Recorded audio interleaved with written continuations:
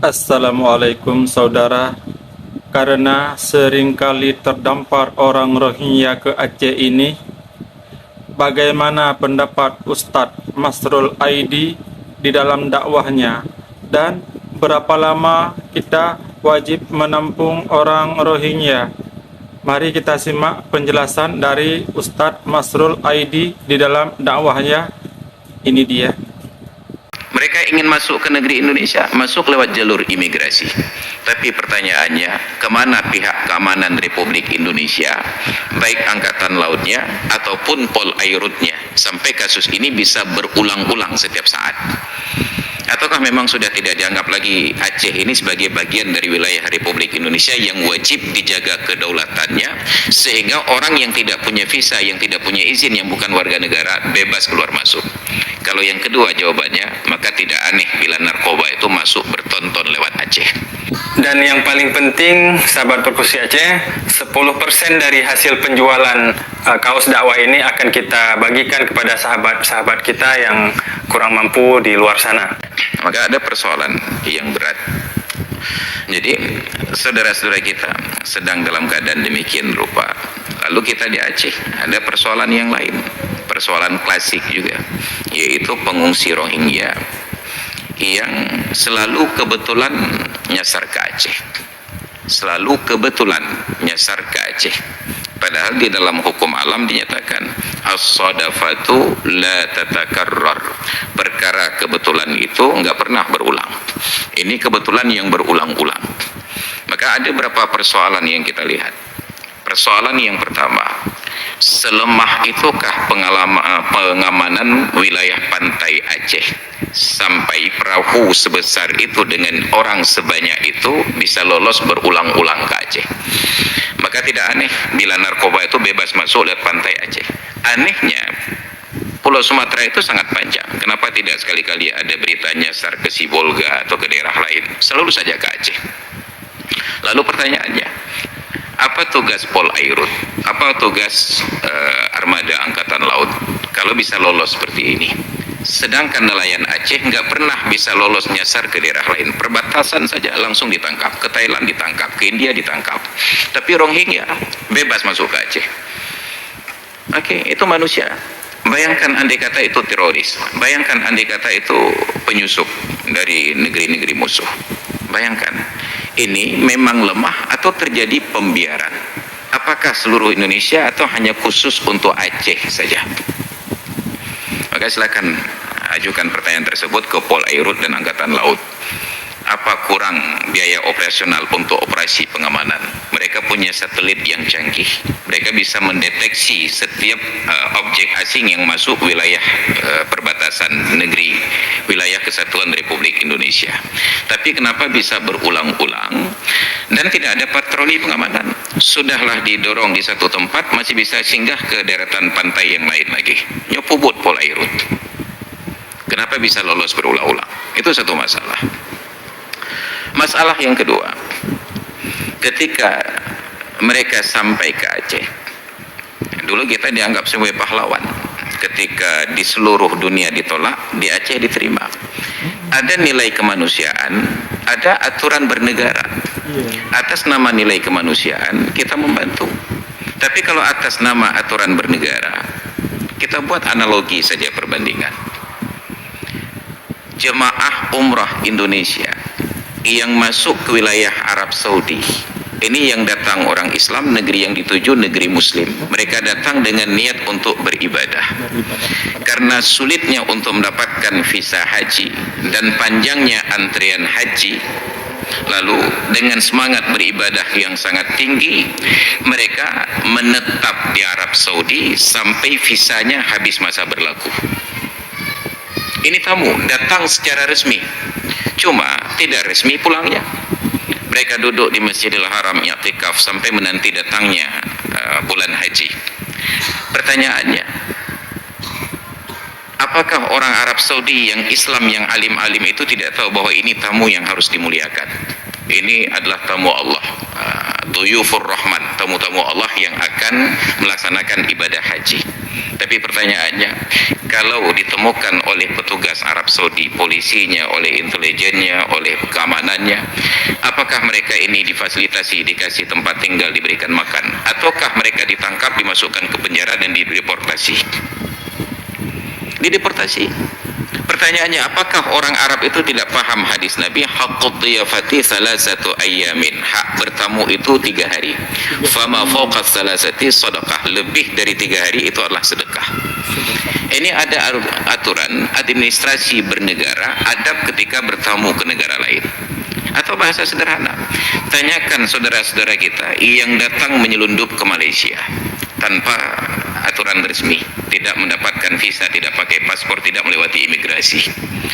Mereka turun di tengah laut, berenang 1 kilo sampai 2 kilo, sejam sampai 2 jam. Di tepi laut kadang-kadang hanya pantai lumpur yang dalam saja.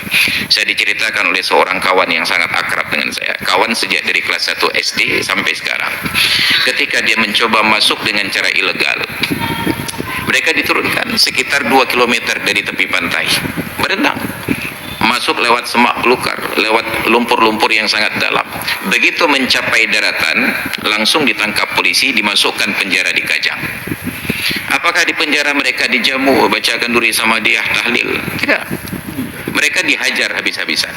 Padahal yang datang itu Islam. Mereka datang ke negeri Islam. Yang datang itu saudara mereka yang sebangsa, sama-sama rumpun Melayu. Tapi ini bukan persoalan tamu, ini persoalan tamu yang masuk secara ilegal, tidak mengetuk pintu. Persoalan bahwa mereka terdampar, itu bab lain, kita berikan bantuan. Ini bukan terdampar, sengaja mendamparkan diri. Apa buktinya? Selalu saja nyasarnya ke Aceh. Dari sekian panjang ratusan kilometer garis pantai di Pulau Sumatera, kenapa hanya ke Aceh selalu? Ini seharusnya menjadi pertanyaan. Maka ada hal-hal yang kita lupakan. Kita ingin menjadi sok-sok pahlawan. Pahlawan bagus, sok pahlawan yang nggak bagus. Maka ketika dulu kasus itu pertama terjadi, ada yang mengambil kesempatan politik untuk kampanye menunjukkan bahwa kami orang Islam, kami ramah. Padahal itu tanggung jawab PBB. Ada lembaga pengungsinya, UNHCR, bagian pengungsi, mereka yang bertanggung jawab. Kalau kita tidak terima secara resmi, pemerintah tidak terima secara resmi, mungkin atas nama kemanusiaan, sehari 2 hari kita serahkan kembali. Hak bertamu selesai 3 hari, lebih 3 hari kembalikan. 3 hari Kembalikan ke laut. Tugas UNHCR untuk memberikan perlindungan. Oh, tetap berlanjut kita terima sambil menanti negeri yang bersedia untuk menampung mereka. Ada UNHCR yang membiayai. Dan pengungsi itu mendapatkan uang banyak. Kawan-kawan kami yang kuliah di Al-Azhar dari Eropa, yang merupakan dari Afrika, yang merupakan pengungsi dari negerinya, itu lebih makmur daripada kami yang didanai oleh orang tua. Mereka setiap bulan itu dapat bantuan dari UNHCR sekitar $300, Arab 5 juta di bulan, atas nama pengungsi. Tapi ketika ditampung oleh pemerintah secara resmi, pemerintah tidak punya alokasi anggaran khusus. Hanya Turki yang bersedia menampung pengungsi dari Suriah, dari Yaman yang datang ke negeri mereka. Itu karena kebijakan presidennya Recep Tayyip Erdogan yang mengalokasikan anggaran khusus untuk pengungsi sampai jutaan dolar setiap tahun. Lalu bagaimana pemerintah kita? Mengerau ke Hansip? Bukan Hansip untuk rakyat, gerau ke Hansip untuk korupsi. Bagaimana untuk dialokasikan untuk para pengungsi ini?